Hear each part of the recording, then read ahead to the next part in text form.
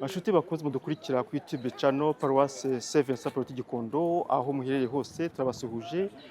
Turi hano ku musozi wa Jari mu ntangiriro yawo, hepfo ni Nyabugogo, inyuma yanjye murabona abakristo biteguye. Turi kuwa gatanu rero mutagatifu aho turi gutangira yanzira y'umusaraba itwibutsa urugendo Yesu Kristo yakoze agana ku musozi wa Karuvali kujya kudupfira. Ni kumwe na Joseph Mukiza rero hano Jari kugira ngo tubafashe gukurikirana urwo rugendo rutagatifu rutwinjiza mu wa gatanu mutagatifu wabariyeho tuzirikana wabari bwa Yesu Kristo yakoze kugira ngo aje kudupfira. Muri uyu mwanya rero abakristo bose ba Diocese ya Kigali, amaparuwasi atandukanye arakora urwo rugendo. Mu kanya akaba turi kumwe n'abakristo ba Gikondo aho bagiye gutangira urwo rugendo rutagatifu bazirikana iyo nzira y'ububabare Yesu Kristo yakoze kugira ngo aje kudupfira. Twese rero aho turi tuzirikane urwo rugendo Yesu Kristo yakoze kubera urukundo yadukunze ajya kudupfira. Ni ku munsi mukuru wa konje uyu munsi twese twagombye kuba turi hano, ariko abadashobora kubona umwanya turabahagararira, turababera aho muri namwe muzirikane urwo rugendo rutagatifu, iyo nzira y'umusaraba Yesu Kristo yakoze kugira ngo ajye kuducungura. Twifuje rero mu wa gatanu mutagatifu, wa gatanu muhire, tuzirikana ubwo bubabare Yesu Kristo yakoze, dufate umugambi n'ingamba dukomeza kumusubiza ku musaraba, ahubwo dukomeze gukora icyo adushakaho cyo kugira ngo tubane neza mu rukundo. Inzira y'umusaraba tugiye gukora rero idufashe kuzirikana ubwo bubabare Yesu Kristo yakoze, yahuye nabwo ajya kudupfira. Dufate ingamba zo kudakomeza kumusubiza ku musaraba no kumwica buri munsi. Hano rero Jari tugiye gutangira urugendo rutagatifu, iyo nzira y'umusaraba mutagatifu, tuzirikane abo bose bashobora kuba bafite imisaraba itandukanye, ububabare butandukanye, uburwayi, ubushomeri, urushako rubi, ibibazo bitandukanye, kugira ngo uko tuzamukana iyi nzira y'umusaraba tugana ijari twerekeye Yesu Kristo ububabare bwacu dufite, kugira ngo umusaraba wacu uturemereye turebere ku musaraba Yesu Kristo yikoreye. Twikoreye imisaraba itunanira, turebere kuri Yesu Kristo ko yemeye kwakira umusaraba we. Turi kumwe n'umwe mu bakristo baje hano Jari gukora urugendo rutagatifu rw'inzira y'umusaraba, twagira ngo atangire atwibwira nawe kugira ngo dukomeze ikiganiro. Murakoze, nitwa Valeria Muhaye Maria, ndi umukristo Gikondo, aba naje hano mu nzira y'umusaraba. Valeria rero twaje hano mu nzira y'umusaraba, tubasanze hano aho mwitabiriye kimwe n'abandi bakristo ba Diocese ya Kigali ariko muri Paroisse ya Gikondo mu nzira y'umusaraba. Kuri wowe uru rugendo rutagatifu inzira y'umusaraba ikwibutsa iki iyo waje hano kwifatanya n'abandi bakristo? Murakoze, kuri jyewe inzira y'umusaraba imfasha kongera kwibuka urupfu n'ububabare umwami wacu Yesu Kristo yanyuzemo. Inzira y'umusaraba ni nk'akabando kabasha kongera kudufasha kugira ngo tubashe kwibuka ko umwami yapfuye kubera ibyaha byacu, bityo tugomba guhora tuzirikana ko yababaye kubera twe, bikaduha imbaraga zo gukomeza gutwaza no kumurangamira, bityo bikadufasha. Ni n'umwanya wo kwihana, ni umwanya wo guhinduka, ni umwanya wo gutekereza, umuntu agasubira inyuma, agasubiza amaso inyuma, akareba aho atagenze neza, atabaniye bagenzi be neza, aho atakoze, akagira umwanya wo kwicuza no guhinduka. Inzira y'umusaraba kandi navuga ko ari isengesho umuntu nawe abasha guturiramo imibabaro n'imisaraba ye. Turemera ko tugira natwe imisaraba. Uyu musozi wa Jari abenshi iyo bawubonye bagira ubwoba bwo kuwuterera. Kuri wowe imbaraga nk'izo ngizo zivana hehe? Ikintu cyose ni ukwiyemeza, cyane ko iyo wizeye urashobora kubona n'imbaraga.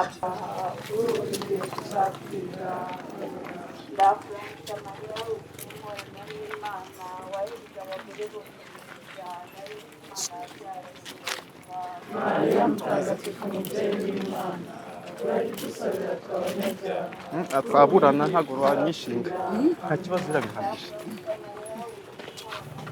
Reka akabwa ka mikoro. Mariya mutagatifu mubyeyi w'Imana,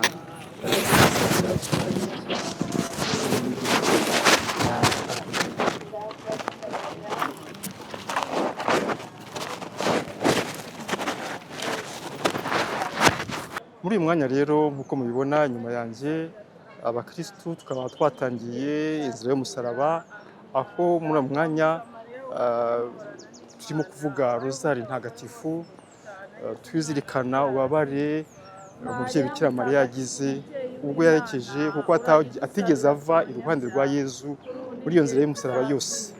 Natwe rero muri uyu mwanya dukora urugendo rutagatifu, inzira y'umusaraba, bitubere umwanya wo kuzirikana ububabare umubyeyi yagize abona umwana we Yezu Kristu ashorewe nk'umugome, bamujyana ku musozi wa Karuvariyo kudupfira.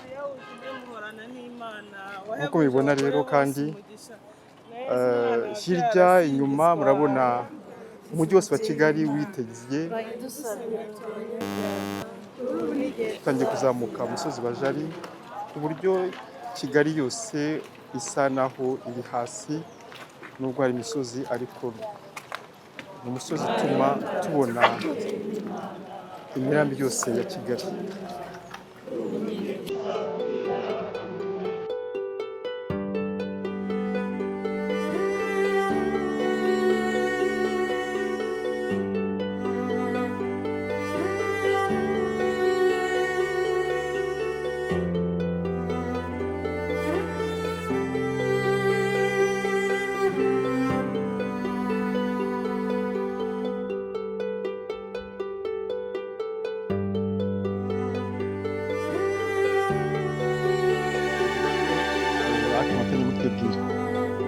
Nitwa Emmanuel Kubwimana, ndi umukristu wa Kiliziya Gatolika.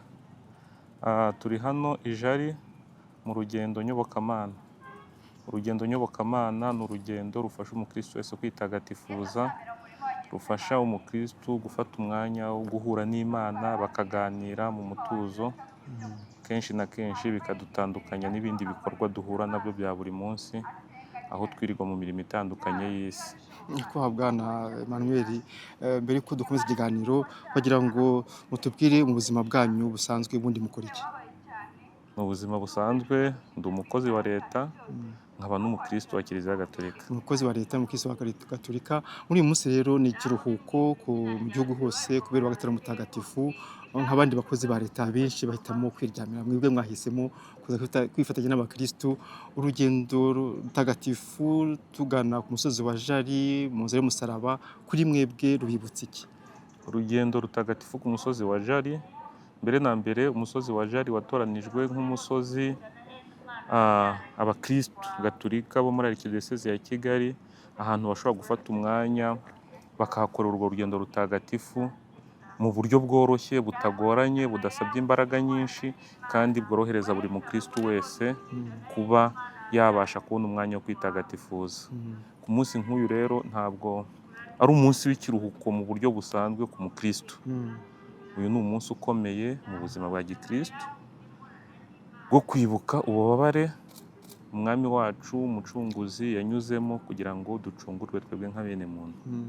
Iyo tuvuze inzira y'umusaraba akenshi Yezu Kristo yakoze, ntabwo umuntu abifata neza, yumva ari nk'amateka nk'umugani, ariko mu buzima busanzwe bw'umuntu, yaba umukristo cyangwa umuntu usanzwe, hari imisaraba tugenda tubona, imisaraba duhura nayo n'umusaraba wa Yezu Kristo, kuri mwebwe mwabihuza mute? Iyo urebye mu buzima bwa buri munsi tunyuramo, wanagereranya umusaraba wa Yezu Kristo n'ingorane za buri munsi natwe duhura nazo. Buri wese mu buzima afite umusaraba ahetse, twagereranya n'uwo Yezu yahetse. Umusaraba wa Yezu yahetse aho utandukaniye n'iyo duheka ya buri munsi, yari yikoreye ibibazo byacu n'ingorane zacu n'ibibazo duhura nabyo bya buri munsi mu buzima. Uyu munsi rero kenshi na kenshi ushobora gusanga umuntu we yihugiraho agaheka umusaraba we gusa, ugasanga bitamworohera guheka imisaraba y'abandi, ariko Yezu we yari ateruye imisaraba yose y'isi yose, kandi kugira ngo tubashe gucungurwa. Yego. muvuze guheka imisaraba y'abandi, ahangaha tuje rero turi abakirisitu ba diyoseze ya Kigali, ariko dukurikije umubare wabo ntabwo ariko tungana, turazirikana n'abandi batashoboye kuza, mwikomojeho kuri mwebwe, ninde muntu muzirikana kuri uyu mwanya utashoboye kuza?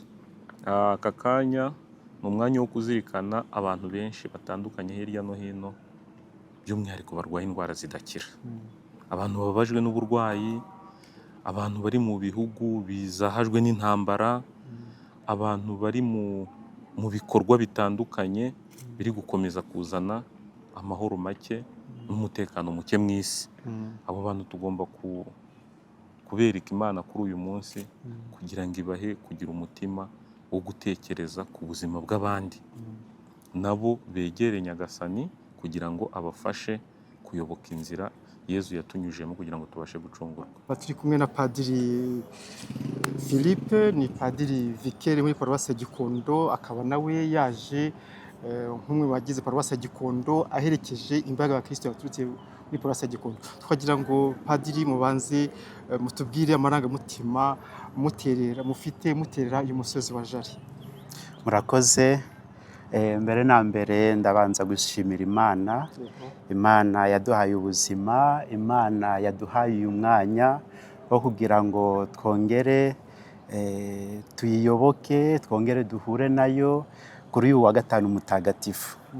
Ni ingabire rero zidasanzwe kuko kuri uyu wa gatanu mutagatifu gukora urugendo nyobokamana kandi tukarukorera hamwe nk'abakirisitu ba Paruwasi ya Gikondo, ni ingabire ndetse n'imigisha idasanzwe. Kuri njyewe rero ni ibyishimo byinshi, ibyishimo byo kuba ndi kumwe n'abakirisitu, ibyishimo byo kuba mfatanyije na Yezu muri uru rugendo agana Karuvariyo.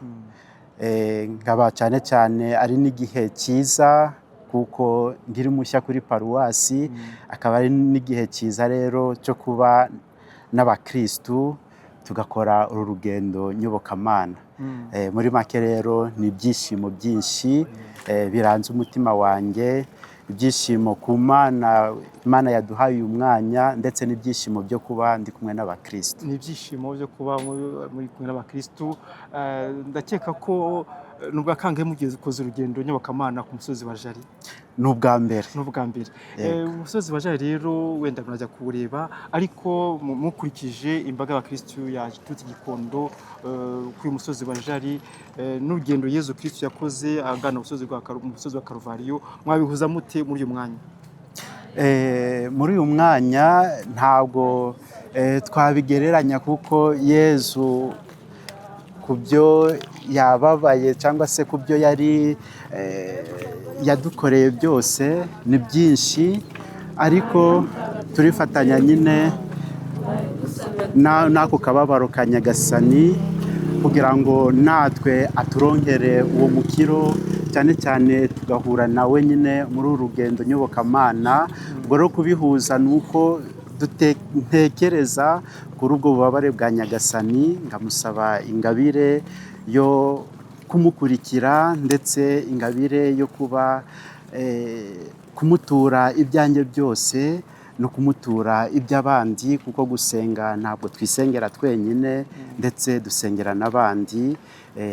Nabihuza rero nko kwifatanya nawe cyangwa se kumusaba, kwifatanya nawe no kumusaba kugira ngo kubwo ububabare bwe aduhe izo ngabire natwe muri iyi nzira dukomeza kuri iyi si tugana ku butagatifu. Iyo tuvuze umusaraba akenshi dutekereza umusaraba wa Yezu Kristo, ariko mu buzima busanzwe hari imisaraba abakirisitu bagenda bahura nayo, ndetse bamwe ikabaremerera. Ni iki mwavuga kuri uyu munsi duhuje umusaraba wa Yezu Kristo yahetse agana ku musozi wa Karuvariyo n'imisaraba muntu agenda ahura nayo mu buzima bwe? Murakoze. Yezu rero nk'uko tubizi yikoreye umusaraba we agera ku Karuvariyo, ndetse asoza ubutumwa bwe Imana yari yamuhaye.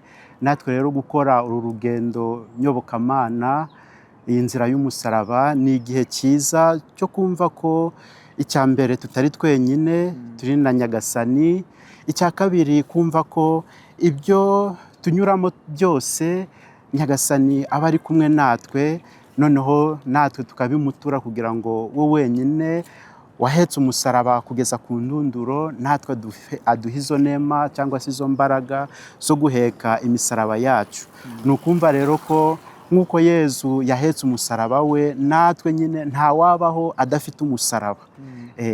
Ntawabaho adafite umusaraba, ariko icyangombwa ni ukumva ko tutari twenyine, ko dushyigikiwe n'umwami w'abami.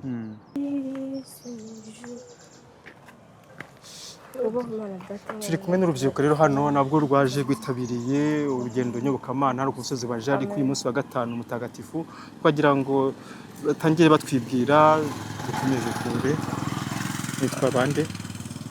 Amazina yanjye nitwa Mugeni Fina. Yego. Ndi umukristo muri Saint Pierre, muri paruwasi Saint Pierre cya hafi. Muri Saint Pierre cya hafi? Ya. Mwakoze. Yego. Ndi na kontabure w'urubyiruko muri Saint Pierre cya hafi. Ushinzwe umutungo w'urubyiruko? Yego. Okay, Fina urakoze. Wowe? Amazina yanjye nitwa Mukeshimana Rita. Nkaba nsengera hano kuri Saint Pierre cya hafi. Nkaba ndi umunyeshuri w'umuhanga muri Collège Notre Dame Consolatrice de Ntarama. Yego. Mu kiruhuko. Hano nifatanya n'abavandimwe banjye, n'umuvandimwe wanjye mu gusingiza Imana. Tukaba turi mu nzira y'ububabare bwa Nyagasani turi kugenda. Murakoze cyane rero, muri aha ngaha nk'urubyiruko, muri vakanse. Uri muri vakanse ni Fina? Rita. Wowe Fina hano? Ya, nitwa Mugeni Fina. Fina, Rita, mwaje kwifatanya n'abakristu kuri uyu musozi wa Jari. Kuri mwebwe iyo mukoze urugendo nyobokamana ku musozi wa Jari nk'urubyiruko, mwumva mumeze mute? Mu by'ukuri iyo tuje gukora urugendo ku musozi wa Jari, ahanini usanga hari indulgensiya tuharonkera. Hari indulgensiya tuharonkera, kandi usanga bidufasha no gukomera mu kwemera, tugakora ububabare, inzira y'umusaraba, urugendo Yezu Kristo yanyuzemo. Twese turabizi ububabare yagiye ahura nabwo. Rero iyo turi gukora inzira y'umusaraba gutya, twazamutse uyu musozi, bidufasha natwe kwiyumvamo icyo gikorwa, uburyo Yezu Kristo yahuye n'iyo mibabaro. Urabizi inzira yagenze, ibintu yahuye nabyo byinshi bikomeye. Rero iyo turi gukora gutya urugendo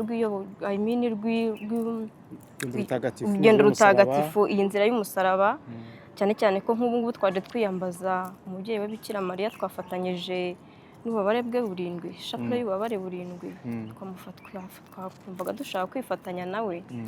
Mu by'ukuri rero ngewe binkora ku mutima, emosiyo zikaza. Mu by'ukuri iyo narushye ntangira gutekereza Yezu Kristo noneho uburyo we yarushye. Anita, uri muri vakanse, abandi bana bibereye barimo kuryoshya umunsi wakonje mu gihugu, muri kiliziya, ariko bakabizana vakanse, ubu bakaryoshya mu bindi bintu. Ubu wahisemo kuza kwifatanya na bagenzi bawe hano ku musozi wa Jari. Ni iki wumva urugendo rutagatifu urwungukiramo? Murakoze cyane. Ikintu nababwira ngewe, urugendo nk'uru rutagatifu, ikintu narwungukiramo cyangwa se nsanzwe n'urwungukiramo, kuko si n'ubwa mbere bibaye. Iki gihe iyo ngewe ntangiye gukora urugendo, mbanza gutekereza aho navuye, nkatekereza ko ntari buhave, nkatekereza kuba ndi hose ku bushake bwanjye. Hari benshi bari buvuke mu gihe cyanjye, ariko nkaba njye ndiho. Ibyo bintu ndabizirikana cyane, nkatekereza intambwe y'ubuzima bwanjye kuva nkiri muto, nubwo nari mbizi, kugeza ngana uku. Si uko natanze ikindi kiguzi cy'andi mafaranga cyangwa se ibindi bintu. Rero iyo nibutse ububabare Yezu yagiraga ubwo nawe yavukaga, nta cyaha na kimwe yakoze, ahubwo ari ukugira ngo atwitangire twebwe abazavuka cyangwa se n'abari bariho. Urukundo rukomeye cyane. Ikintu rero bimfasha nk'ubu iyo ndi mu rugendo cyane cyane ndi kumwe na Yezu na Bikira Mariya, mba numva nyuzwe mu mutima wanjye, cyane cyane binamfasha kuganira n'Imana yanjye, nkayibwira ibyanjye, ibyo ntekereza byose, ibyo ntabasha kubwira mugenzi wanjye uwo ari we wese, ibyo ntabasha no kubwira umubyeyi wanjye mu nda, nkabimubwira akanyumva, nkanumva ububabare yagize, nkatekereza, nkishyira mu mwanya we, ese abaye ari njye naba ameze gute? Bikamfasha rero kugira gukura mu myemerere ndetse no mu bitekerezo, bityo bikamfasha no kugenda mwamamaza muri bagenzi banjye batabashije urakoze rwose Anita ku bitekerezo uduhaye. Turutse muri paruwasi ya Saint Pierre cya hafi, abandi bakristo bari he ubu ngubu? Abandi bakristo bari imbere, twaje nyuma, ariko ntibivuze ko hari n'abandi baracyari inyuma. Buri muntu bitewe n'intege nke cyangwa se intege ziwe agenda azirikana, kandi Imana iramubona. Reka rero tubarekere mukomeze urugendo rutagatifu, kandi twifurije kuronkamo indulgensiya nyinshi nk'uko Fina yatangiye abivuga. Murakoze cyane, kandi tuboneyeho kubifuriza kuzagira Pasika nziza. namwe Murakoze cyane. isengesho ryo kwicuza ibyaha. Nyagasani, ibyaha nakugiriye byose ndabyanze, kuko bineranye nawe bigatandukanye n'ubutugatifu iteka, kandi byongeye kugishiriza izina nawe wigize sinshaka gushira, ndashaka kuwawe. Amina. Muvandimwe ufashe aka gatabo mu ntoki, wowe witeguye kuzamuka na Yezu ahetse umusaraba agiye kubangaho, banza utuze uzirikane ibyo ugiye gukurikira ari ukuri kwabaye mu mateka, kuko Imana yakunze cyane yohereza umwana wayo w'ikinege kugira ngo ayikize, ariko isi irarenga ntiyamumenya, ahubwo imumanika ku giti cy'umusaraba. Zirikana ububabare buke ubwawe utajya wihanganira cyangwa ukabihanganira ari amabura akindi. Noneho ujye iruhande rwa Yezu n'umubyeyi we mutagatifu bafatanyije ububabare buteye ubwoba kugira ngo badukize. Yezu Kristo yashoboraga rwose kutigabiza ruriya rupfu, kuko ntacyo byari kugabanya ku bumana bwe, ariko kubera urukundo adukunda yemeye kudupfira ku musaraba. Umubyeyi we yashoboraga kuvuga ati singiye kureba aho umwana wanjye yicwa, ariko yamuherekeje muri iyo nzira yose y'umusaraba kugeza ku ndunduro, afatanya nawe kuducungura. Mu ntumwa za Yezu, Yohana intumwa niwe wenyine wagize ubutwari bwo kumukurikira muri iyo nzira y'ububabare, ajya iruhande rw'umubyeyi we afatanya nawe akababaro ubwo umwigisha we yamanitse ku musaraba. Ni nayo mpamvu Yezu yamuhaye umurage ukomeye wo kuba umwana wa nyina Mariya. Mbega ihirwe ryo kubarirwa mu bigishwa Yezu akunda by'umwihariko, kubera ko bemera gufatanya nawe inzira y'umusaraba kandi bakajya iruhande rw'umubyeyi we mutagatifu. Nawe rero ubwo ugiye gukora iyi nzira y'umusaraba, jya iruhande rwa Bikira Mariya, maze igihe uza kuba ugeze hejuru ukaruka iyo utega amatwi, uze kumva niba Yezu yakubwiye ati umwigisha ufatanya na Yezu n'umubyeyi we ubabare ntarangara, kuko biba atari igihe cyo kurangara, ni igihe cyo kubabarana na Yezu. Ndetse n'umunaniro wo kuzamuka umusozi uhinduka ubusabusa imbere y'ububabare Yezu n'umubyeyi we bihanganiye kugira ngo badukize. Ngaho rero nawe badukana imbaraga zose z'umutima wawe, kuri buri ntera uhagarare witegereze, uzirikane neza ikiguzi watanzweho kugira ngo ucungurwe n'umwana w'Imana. Muvandimwe rero, iyi nzira y'umusaraba ugiye gukora ikubere Karuvariyo nyakuri, ugiye gufatanya na Yezu na Mariya ububabare bagize bwo gukiza abantu. Mu mpinga yayo urahasanga umusaraba munini na shapeli yibutsa uburyo aho hantu hatoranyijwe kugira ngo hazabe ihuriro ry'abakristo biyemeza kugira uruhande rwa Bikira Mariya nyina wa Jambo, hakubere n'ahantu hakwegereza Yezu umwana w'Imana witanze kugira ngo adukize. Ufatanye nawe nk'uko Yohana intumwa nawe wa mwigishwa yakundaga yabikoze ari iruhande rwa Bikira Mariya, kandi umuture ibikomere n'imibabaro byawe kugira ngo bigire ibye. Dutoze gukunda Yesu, twibuke ibyamubabaje, duhimbaze kubabe mubyeyi ugiye bambe, yutwibutse iminsi yose ibyababaje Yesu. Turagusenga Yezu, turagushima yuko wakishije umusaraba Yezu mu murimo wa Getsimani. Yezu ari mu murimo wa Getsimani, turabona n'abigishwa be yaramaze kubwira ati nimuguma aha musenge kandi mube maso hamwe nanjye. Ariko bo barasinzira, Yezu arasenga wenyine. Turabona n'umumarayika wo mu ijuru amubonekeye. Evanjiri tubwira ko muri icyo gihe yasambishwaga n'agahinda, nyamara akarushaho gusenga.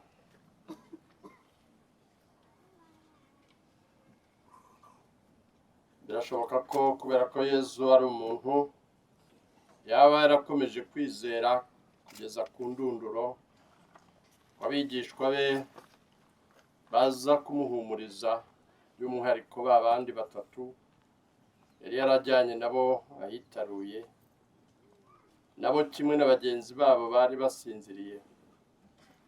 Muri uyu mwanya w'ububabare bukabije, umubyeyi we niwe wenyine washoboraga kumva uburyo ababara, niwe wenyine washoboraga kumuhoza intimba yaterwaga n'ishavu byashoboraga gutuma yiheba. Ariko Yezu ntiyashatse ko umubyeyi we Mariya abe iruhande rwe muri uwo murima, kubera ko Getsimani yagombaga kuba ahantu ubwigunge bwuzuye. Indunduro y'ububabare bw'ubucunguzi bwamuzanye muri iyi si. Muri uko kutagira ikintu na kimwe kimuhumuriza, byatumye Yezu ahonyorwa n'ububabare. Niko kuvuga iri sengesho ati dawe ubishatse wakwigizayo inkongoro, ariko ntibibe uko nshaka, ahubwo bibe uko ubishaka. Nuko umumarayika wo mu ijuru aramubonekera, aramukomeza. Amagambo yo mu Ivanjiri ntagatifu uko yanditswe na Matayo. Turere twabanye turacyari ku musozi wa Jari, aho nyiricyubahiro Antoni Kadinali Kambanda amaze gutangiza ku mugaragaro inzira y'umusaraba yo kuri wa gatanu mutagatifu. Abakristo bakaba baje ari benshi baturutse mu matsinda atandukanye, bavuye mu matsinda mu paruwasi atandukanye ya Kidozeze ya Kigali. Itsinda rya mbere rikaba rimaze kumanuka riyobowe na Antoni Kadinali Kambanda, andi matsinda rero kagenda ayoborwa n'abasaseredoti n'abandi bantu batoranijwe kugira ngo dushobore guhana intera kandi dushobore gukora isengesho ku buryo butunganye. Nk'uko mubibona hano ku musozi wa Jari hari akazuba keza, ni mu mahumbezi y'ibiti bikikije umusozi wa Jari, bidufasha twese bitabira urugendo nyobokamana, gukora iryo sengesho nyobokamana rigeza y'umusaraba, tuzirikana urwo rugendo Yezu Kristo yakoze ku musozi wa Karuvariyo aje kudupfira. Karuvariyo uyu munsi rero ashobora kuba ari buri mukristo afite karuvariyo ye y'ibibazo bitandukanye, y'inzitizi zitandukanye. Yezu rero tukaba tumugomba kumurebera kugira ngo nk'uko yatera umusozi wa Karuvariyo, natwe tugaterera umusozi w'ibibazo byacu dufite, tubyihanganira kandi tubabarira abantu bose bashobora kudukomeretsa. Twese rero dukomeze kubana kuri uyu musozi wa Karuvariyo, wa musozi wa Jari, tuzirikana iyo inzira y'umusaraba Yezu yakoze kugira ngo aje kudupfira, natwe tumurebereho, twemere ibibazo byacu, tubyikorere twikorere imisaraba yacu, kandi nk'uko Yezu yagiye ababarira bari bagiye kumwica, natwe tubonereho tumwigireho gukomeza kugira urukundo no kubabarira abavandimwe bacu bashobora kuba bamudukomeretsa, baduhekesha imisaraba buri munsi. Twese rero turebe kuri Yezu Kristo kugira ngo natwe uyu munsi wa gatanu mutagatifu twigomwe ibyaha byacu byose, duheke imisaraba yacu, twemere ububabare, kandi ari nako tuzirikana abavandimwe bacu bose. Twifuje mwese gukomeza kubana natwe hano ku musozi wa Jari, tuzirikana iyo nzira Yezu Kristo yanyuze. Tukaba turi kumwe n'undi mukristo witabiriye urugendo inzira y'umusaraba hano ku musozi wa Jari, twagira ngo atangire twibwira. Murakoze, nitwa Imana Bonaventure, nkaba ndi umuyobozi wa santrale ya Gikondo, santrale Nyarurembo. nkaba ari njye uyobora santarari. Nyakubahwa Bonaventure, mwaje mwitabiriye iyi nzira urugendo rutagatifu, inzira y'umusaraba hano ku musozi wa Jali. Ni iki kuri mwebwe iyi nzira y'umusaraba dukora ku musozi wa Jali ibibutsa? Murakoze. Iyi nzira y'umusaraba dukora ku musozi wa Jali itwibutsa ububabare Yezu Kristo yagize kugira ngo aducungure, ikanadufasha kugira ngo natwe tuzirikane ko muri iyi si turimo hari byinshi duhura nabyo bikatubabaza, ariko nanone bikatubera umwanya wo kugira ngo uko Yezu Kristo yababaye agatsinda urupfu akazukira kudukiza, natwe twumve ko ibigeragezo byose twanyuramo, imibabaro dushobora kunyuramo, iyo twizeye Yezu Kristo natwe dushobora kubitsinda, maze tugakomeza tukamukurikira tutiganda. Hari ku musozi, iyo tuvuze umusozi wa Karuvariyo twumva hari amateka abenshi ko babisomye twarabyigishijwe, ariko mu buzima busanzwe Karuvariyo Yezu yazamutse twagereranya n'iki, nihe Karuvariyo y'umuntu y'umukristo mu buzima bwe? Murakoze. Mu Kristo, mu buzima bw'umukristo wese agira Karuvariyo, agira ibibazo, agira ingorane, ahura n'imisaraba itandukanye. Ibyo byose rero nk'umukristo agomba kumva ko yizeye Yezu ashobora kubitsinda, ashobora kubivamo. Karuvariyo rero kuri twe nk'umukristo ni uburyo natwe budufasha kugira ngo tuzirikane ko mu buzima bwacu ntabwo ari ubuzima bugenda ku murongo ugororotse, dushobora guhuramo n'ibibazo n'ingorane, ariko bikanatubera umwanya wo kumva ko igihe cyose twizeye Yezu Kristo ibyo byose tubasha kubitsinda. Karuvariyo kuri Yezu Kristo tubisoma cyangwa tubyigishwa, hari byinshi tumwigiraho muri urwo rugendo rw'ububabare ajya kudupfira, kandi bikomojeho ati Karuvariyo y'umukristo ishobora kuba ari ibibazo bitandukanye ahura nabyo. Ni iki mu rugendo Yezu Kristo yakoze agana ku musozi wa Karuvariyo, ni iki umukristo akwiye kumwigiraho mu bibazo ahura nabyo? Murakoze. Mu rugendo Yezu Kristo yakoze agira ngo aducungure natwe mu buzima bwacu, mu rugendo dukora nk'umukristo uhura na byinshi bikubabaza, uhura na byinshi bituma rimwe na rimwe udashobora gukurikira inzira ya Nyagasani, ariko kuko muri urwo rugendo Karuvariyo ya Yezu Kristo yagiye ababarira, natwe muri uru rugendo nk'abakristo tuba dukwiye gusenya utununga n'ibindi byose byatuma tutabana neza n'abakristo bagenzi bacu, kandi natwe bikatubera inzira kugira ngo tubabarire, dutange imbabazi ku baba badukorera nabi, ari ukubasabira, ari no mu buryo bugaragara bufatika, abo bose tukabaha imbabazi tukababarira nk'uko Yezu Kristo yababariye bya bisambo ku musaraba, kubera ko bitari bizi icyo bikora, ariko mu by'ukuri ni umwanya wo kugira ngo natwe twumve ko hari uwatubabaza, hari uwakora waba yaratugiriye nabi, tubera umwanya wo kugira ngo natwe tumubabarire, twumve ko Yezu Kristo yaduhaye urugero akababarira abamushinyaguriraga, abamutukaga, abamukubitaga. Natwe dukwiye kurenga ibyo nk'abakristo, natwe tugatanga imbabazi ku baba batugirira nabi, tugasabira imbabazi ababa badutekereza, ababa baratugiriye nabi, kandi natwe tukemera gutanga imbabazi kuri abo bose baba badukorera ibituma tutabasha kubaho mu mudendezo. Yesu wemeye gupfa umeze nk'inganga, urwo twari dukwiye ni wowe rwahanye, abo babisha bawe ntibagusoneye, yewe turagukunda tugushimagiza. Turagusenga Yesu, turagushima yuko wakirishije abantu umusaraba mutagatifu. Yesu agwa ubwa mbere, mbega uburemere bukabije bw'umusaraba. Yesu yabaye agitera intambwe za mbere ahita yitura hasi.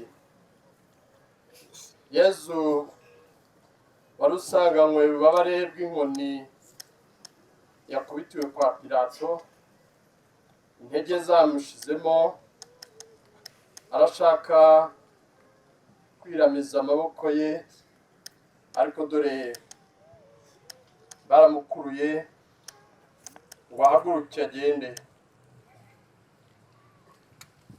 Isomo ryo mu ibaruwa ya kabiri Mutagatifu Pawulo intumwa yandikiye Abanyakorinti.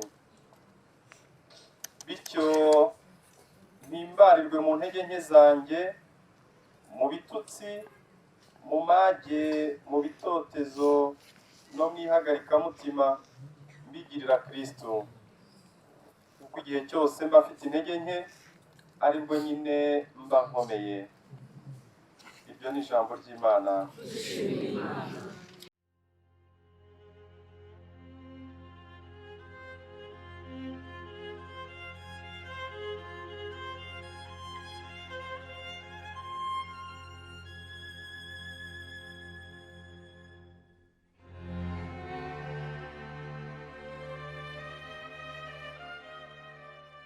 turi kumwe n'umwe mu babyeyi baje kwifatanya n'abandi bakirisitu, aratwibwira anatubwire paruwasi aturutsemo. Amazina nitwa Uwase Marie Jeanne, nkaba naturutse muri paruwasi ya Rutongo, nkaba naje ku musozi wa Jari, naje kuruhukiraho kwifatanya n'abandi bakristo inzira y'umusaraba. Marie Jeanne waturutse ku musozi, waturutse Rutongo uza kwifatanya n'abandi bakristo gukora inzira y'umusaraba ku musozi wa Jari, uza uhetse umwana. Ese wumvise urugendo wakoze n'umunaniro wakoze ntabwo byakubangamiye? Ntabwo byambangamira kuko iyi nzira umuntu ayiruhukiramo byinshi, kandi hari ahandi hantu umuntu hari indi ntambwe umuntu aba ari gutera. Iyo wateye intambwe ukaza hano hari byinshi uhakirira, hari indwara uhakirira, hari n'ibyo ubona bitagenda neza ugasaba umubyeyi Bikira Mariya akagufasha, akagusabira ku mwana we bikagenda neza. Naho ku byo kunanirwa byo ntabwo wananirwa ujya mu nzira iyo njyabukungu njyabugingo. Hari abakirisitu benshi bashaka impamvu z'ubunaniro, z'ibibazo bitandukanye ku buryo batifatanya n'abandi bakirisitu b'urugendo nyobokamana hano ku musozi wa Jari. Kuri wowe ubikesha iki kuba waje uhetse umwana ugateje umusozi? Njyewe mpaza bwa mbere nari nzi yuko bitashoboka, ariko aho bigeze ubu ngubu niyo naba ndwaye nakwemera nkafata akabando nkaza n'umwana tukaza gusenga, tugasaba umubyeyi Bikira Mariya akadufasha, akadusabira umwana we Yezu, akaduha imbaraga tukabasha gukira. Umusozi wa Karuvariyo tuzirikana ko Yezu yawuzamutse ari kumwe n'umubyeyi Bikira Mariya ari iruhande. Nawe utereye uri umubyeyi, n'iki wigira ku mubyeyi Bikira Mariya?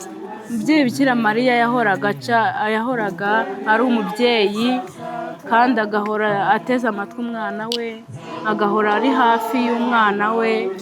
Noneho biba agahebuza aho yagize agahinda abona umwana we bari kugenda bamucundaguza, bamukubita, ariko yagira ngo adukize abanyabyaha bakire.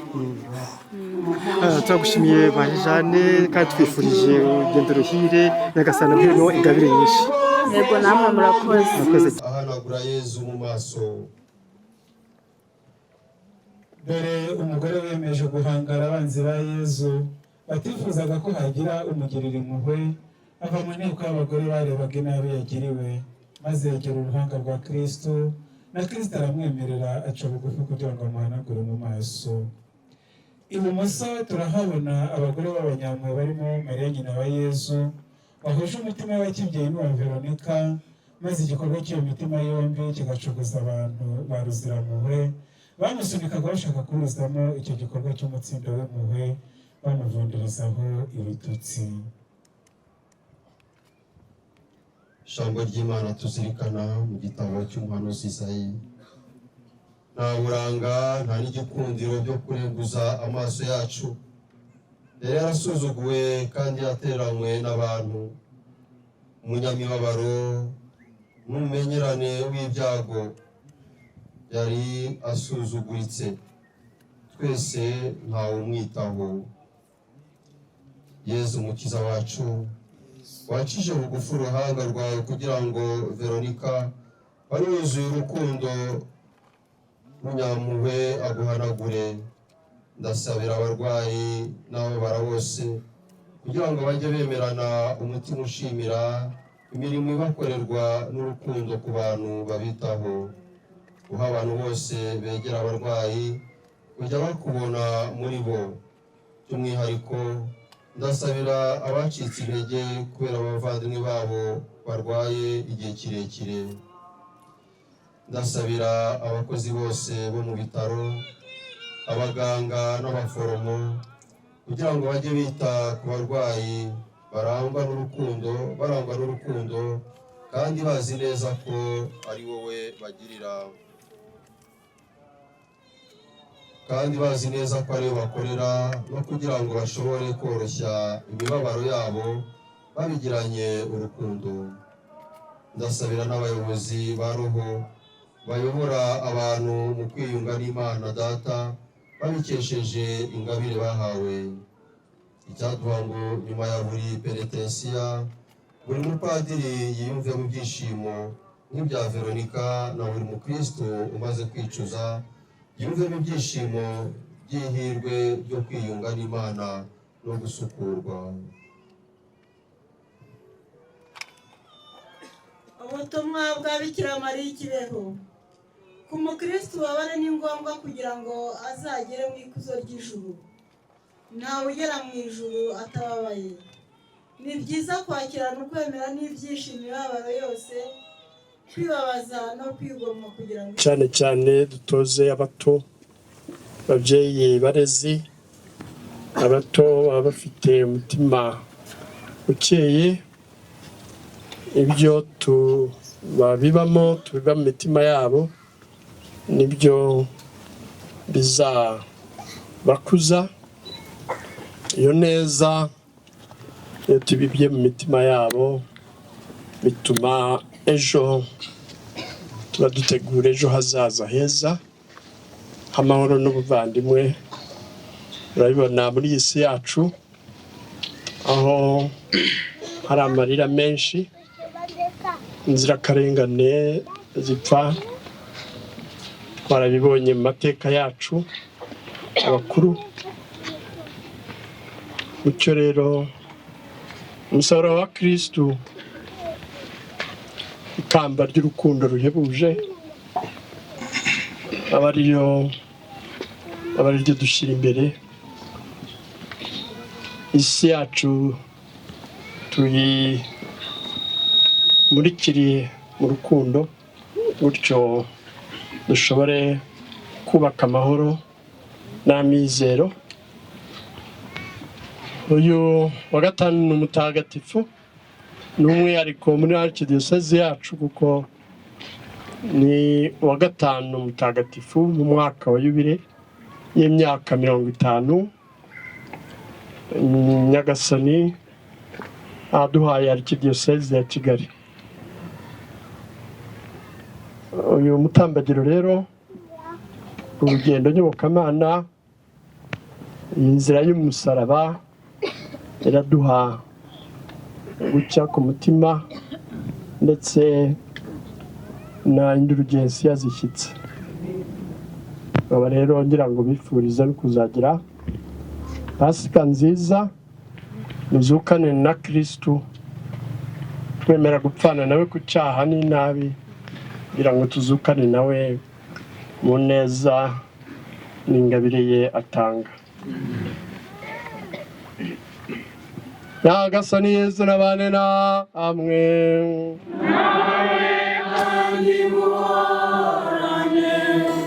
Ushobora byose n'abaha umugisha Imana Data na Mwana na Roho Mutagatifu.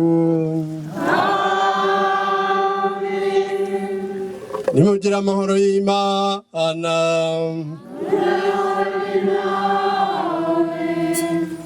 Ndabifuriza rero gukomeza imyiteguro myiza ya Pasika kandi muzagire Pasika nziza. Twabanye tugeze ku musozo w'urugendo rutagatifu tuzirikanamo inzira y'umusaraba urugendo rutagatifu rwatangiye mu gitondo cya kare dushagaye umwepiskopi wacu nyiricyubahiro Antoni Karidinali Kambanda waje kwifatanya n'abakristu ba Kidiyosezi ya Kigali baturutse mu maparuwasi atandukanye.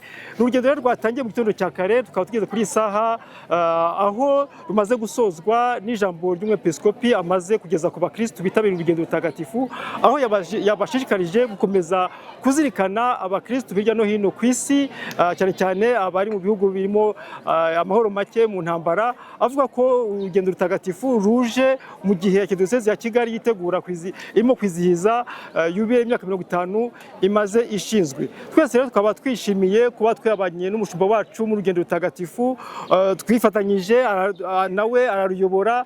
Tukaba twashimiye abakristu baje baturutse hirya no hino mu maparuwasi kwifatanya n'umwepiskopi wabo kugira ngo twese hamwe tuzirikane ububabare bwa Nyagasani Yezu Kristu, nk'uko tugiye gukomeza mu kanya tubuzirikana mu muhimbazo w'ububabare butagatifu hirya no hino mu maparuwasi ku isaha ya saa 9. Tukaba tubashimiye kuba mwifatanyije natwe kuri musozi mutagatifu wa Jari, aho twazirikanye urugendo rutagatifu inzira y'umusaraba Yezu Kristu yakoze ajya kudupfira. Tubashimiye kuba mwabanye natwe, dushimiye ekipe tekinike ya YouTube ya paruwasi ya Gikondo yadufashije kubagezaho urugendo ko rwitabire kuva mu gitondo cya kare kugeza kuri iyi saha. Mwese rero twaba tubishimiye kongera kubifuriza imitego myiza ya Pasika no kuzagira Pasika nziza. Mugire wa gatanu mutagatifu muhire, Pasika izatubere Pasika yo kuzukana na Kristu koko. Mwese twifurije amahoro y'Imana mu miryango yanyu, amahoro y'Imana ku nshuti zanyu. Yezu Kristu akomeza adufashe kugendana nawe muri ubabare no kuzazukana nawe ku munsi wa Pasika. Mugire ibihe byiza mwe kumwe na Joseph Habumukiza hano ku musozi wa Jari.